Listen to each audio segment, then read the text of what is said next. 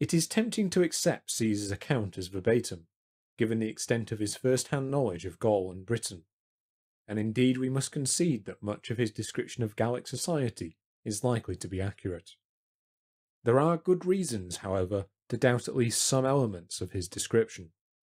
For example, there are contradictory details to be found in Caesar's account, such as his claim that the powers of the Druids were enhanced in emergencies, but that they also held aloof from war. Indeed, this second claim clashes with a contemporary Roman account, which dates from roughly a decade prior. It can be found in the writings of Cicero, a prominent Roman statesman and political rival of Caesar, who would later be executed on the instruction of his successors, Mark Antony and Octavian.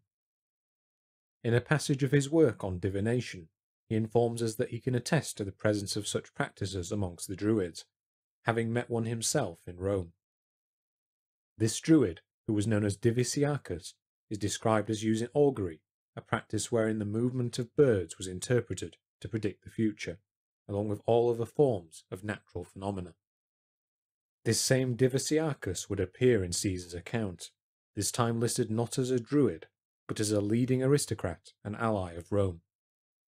If this is correct, then Cicero's account jars with Caesar's description of the Druids as a class that held aloof from warfare, and suggests a degree of crossover between their duties and those of the resident nobility. It should be noted, though, that Cicero's writings match other details of Caesar's account, such as the presence of human sacrifice amongst the Gauls.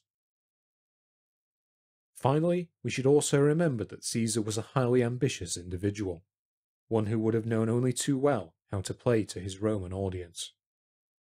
The picture he paints of the peoples he successfully subjugated, including those of Gaul and coastal Britain, is often that of a near-civilized people, containing elements familiar to Roman society, such as an organized priesthood and noble class. Roman deities are presented as familiar to the people of Gaul, as was the conducting of proper animal sacrifice, an important element of Roman religion. But in the case of peoples that remain beyond his rule, he instead portrays society far beyond the normality of Roman society. The best example of this is with the people of Germany, with whom he was involved in military conflicts along the border of Belgic Gaul. Here he lists his opponents as unrestrained barbarians, unfamiliar with the Roman gods or proper forms of worship, and lacking the Druids of their western neighbours. He even portrays them as being ignorant of agriculture, a claim he extends to the people of the interior of Britain, and one that is known from the archaeological record to be false. As a result, it has been suggested by a number of modern scholars, such as Sean Dunham, Bernard Mayer, and Ronald Hutton, that these distortions are a deliberate tactic on Caesar's behalf.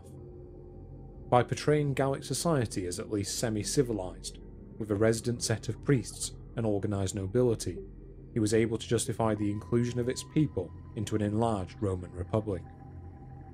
Conversely, by portraying the Germans and the British as ungovernable savages, Caesar draws a useful line between them and the peoples he had been able to subjugate, one that provides ample explanation for his failure to extend Roman rule to these regions.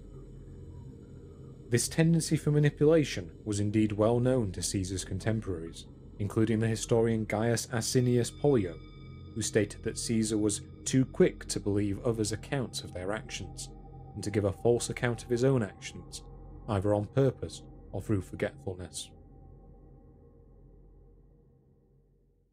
Moving beyond Caesar's account, we must jump forward a few decades to find our next mention of the Druids.